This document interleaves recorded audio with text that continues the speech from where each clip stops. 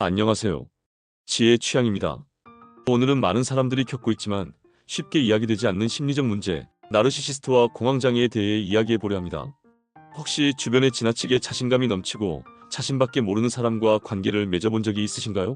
처음에는 굉장히 매력적이었지만 시간이 지날수록 상대의 비판과 지배적인 태도 때문에 고통받았던 경험은요? 이러한 관계는 단순히 스트레스로 끝나지 않을 수 있습니다. 심리적으로 깊은 상처를 남기며 심각한 경우 공황장애와 같은 정신적 문제로 이어질 수 있습니다. 오늘은 구체적인 사례와 함께 나르시시스트와의 관계가 어떻게 공황장애를 유발할 수 있는지, 그리고 이를 극복하기 위해 무엇을 해야 하는지 알아보겠습니다. 먼저 나르시시스트란 어떤 사람을 말하는지 살펴보겠습니다. 나르시시스트는 일반적으로 다음과 같은 특징을 가지고 있습니다. 첫 번째, 과도한 칭찬과 인정 욕구. 자신이 최고라고 느끼기 위해 끊임없이 타인의 칭찬과 주목을 요구합니다. 두 번째, 공감 능력 부족. 타인의 감정에 공감하지 못하고 상대방의 고통을 이해하려 하지 않습니다. 세 번째, 조종적인 행동. 상대를 자신의 목적을 위해 이용하거나 심리적으로 조종하려는 경향이 있습니다. 처음에 나르시시스트는 굉장히 매력적이고 자신감 있는 모습으로 다가옵니다. 그들은 상대방을 칭찬하고 마치 특별한 존재인 것처럼 느끼게 합니다. 하지만 시간이 지나면 점차 비판적이고 상대방을 통제하려는 태도를 보입니다. 예를 들어, 너는 항상 부족해라며 상대방의 자존감을 깎아내리거나 상대가 아무리 잘해도 만족하지 못하는 모습을 보이죠. 이러한 반복적인 행동은 상대방에게 심리적인 고통을 주며 결과적으로 공황장애와 같은 심리적 문제를 유발할 수 있습니다. 그렇다면 나르시시스트와의 관계가 왜 공황장애로 이어질까요? 공황장애는 갑작스럽게 나타나는 극심한 불안감과 공포를 특징으로 하는 정신질환입니다. 이는 일상생활을 어렵게 만들며 심한 경우에는 외출조차 힘들게 합니다. 공황장애의 주요 증상은 다음과 같습니다. 첫 번째, 심장이 두근거리며 터질 것 같은 느낌. 두 번째, 숨이 막히거나 질식할 것 같은 느낌. 세 번째, 손발이 떨리고 어지럼증이 느껴짐. 네 번째, 땀이 나거나 속이 메스꺼움. 다섯 번째, 죽음이나 통제력을 잃는 것에 대한 극도의 공포. 나르시시스트와의 관계에서 반복되는 심리적 압박과 스트레스는 우리의 신경계를 과도하게 자극합니다. 이는 긴장 상태를 유지하게 하며 결국 공황장애로 이어질 수 있습니다. 여기서 한 여성의 사례를 통해 더 구체적으로 알아보겠습니다. 수진은 직장에서 만난 한 남성과 연애를 시작했습니다. 그는 처음에 수진에게 끊임없이 칭찬하며 그녀를 특별한 사람으로 만들어 주었습니다.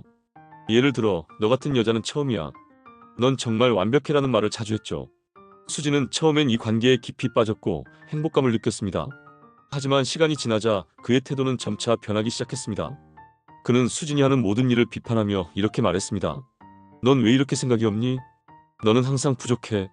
내가 없으면 아무것도 못할 거야. 이런 말들이 반복될수록 수진의 자존감을 갉아먹었고 그녀는 자신이 쓸모없는 사람이라고 느끼기 시작했습니다. 더 큰 문제는 이 관계를 끝내려고 했을 때 발생했습니다. 그는 수진에게 협박성 발언을 하며 관계를 끝내지 못하게 막았습니다. 수진은 그와 헤어진 후에도 극심한 스트레스와 불안감을 느꼈습니다. 특히 혼자 있을 때 숨이 막히고 심장이 터질 것 같은 공황 증상을 경험했습니다. 결국 그녀는 정신과를 찾았고 공황장애 진단을 받았습니다.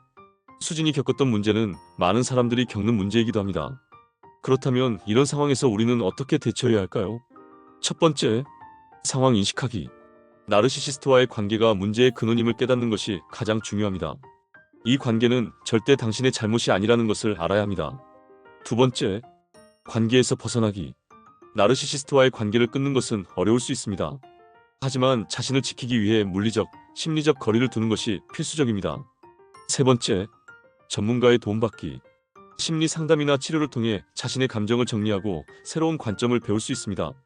수진 역시 전문 치료를 통해 공황장애를 극복했습니다. 네 번째, 자기 돌봄. 몸과 마음을 돌보는 활동에 집중하세요. 예를 들어 명상, 운동, 건강한 식습관은 긴장을 완화하고 자신감을 회복하는 데 큰 도움이 됩니다. 오늘은 나르시시스트와 공황장애의 관계, 그리고 극복 방법에 대해 이야기해 보았습니다. 만약 여러분이 비슷한 경험을 하고 있다면 혼자라고 생각하지 마세요. 많은 사람들이 같은 문제를 겪고 있으며 올바른 도움과 지원을 받는다면 우리는 모두 회복할 수 있습니다. 여러분의 이야기를 듣고 싶습니다.